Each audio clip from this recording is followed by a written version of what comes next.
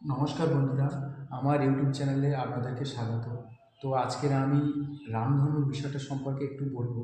তো বিশেষ করে শিশুদের ক্ষেত্রে রামধনু বোঝার ক্ষেত্রে অসুবিধা হয়।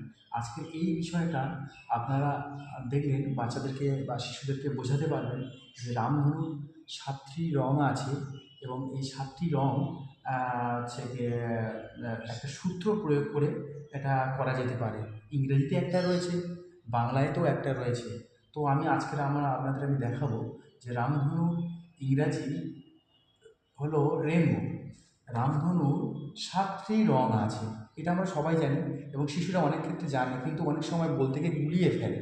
সেই জন্য আপনাদেরকে আমি লিখে বোঝাচ্ছি। রামধনুর ৭টি রং আছে। Rainbow has 7 colours. দেখুন, আমি সূত্রটা একটা ফেলেছি। ৭টি রঙের একটা সূত্র আছে।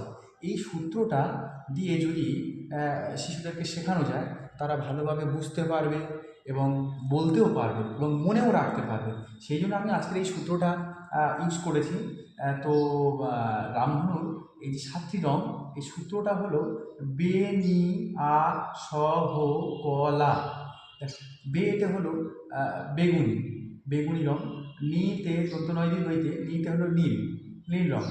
আতে, আতে হলো আসমান বা অথবা আকাশি কালার। দন্তস্বয়তে হলো সতে সবুজ, সবুজ মানে গ্রিন। হতে হলুদ। কতে কমলা। লাতে লাল। এবার আপনাদেরকে আমি বাংলাটা হয়ে গেছে, এবার যেহেতু আমি ইংলিশটা একটু বলি। ইংরেজির একটা সূত্র আছে, সেইটার নাম হলো ভিবজিওর। ভিবজিওর কথাটির পুরো অর্থ হলো ভিতে ভায়োলেট মানে বেগুনি, আইতে ইন্ডিগো, ইন্ডিগো মানে হচ্ছে আসমান বা আকাশি, বিতে ব্লু, ব্লু মানে নীল, জিতে গ্রিন, গ্রিন মানে সবুজ, ওয়াইতে ইয়েলো, ইয়েলো মানে হলুদ, ওতে অরেঞ্জ, অরেঞ্জ মানে কমলা, আর আরতে হচ্ছে রেড, রেড মানে লাল।